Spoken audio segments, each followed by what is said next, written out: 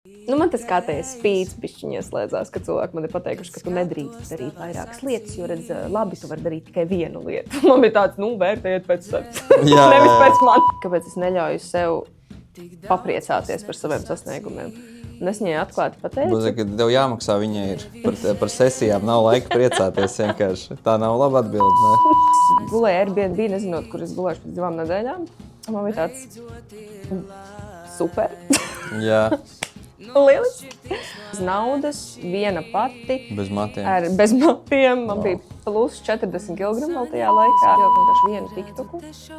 Un tas tiktoks nāca uz 200,000 aizgāja. Man vienkārši, es pamodos un nesaprotot, kā tikt galā ar visām tām notifikācijām.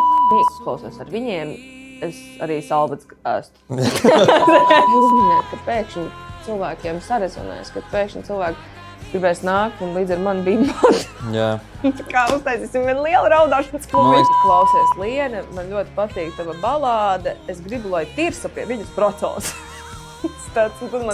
Sākumā liekas, pagaid, Tirsa vai tev pirmā? Tu vai dotorē? Ir dīķi, neviens negaida, ka ir atvar. Tā kā visas pīles aiziet pa gaisu, ne?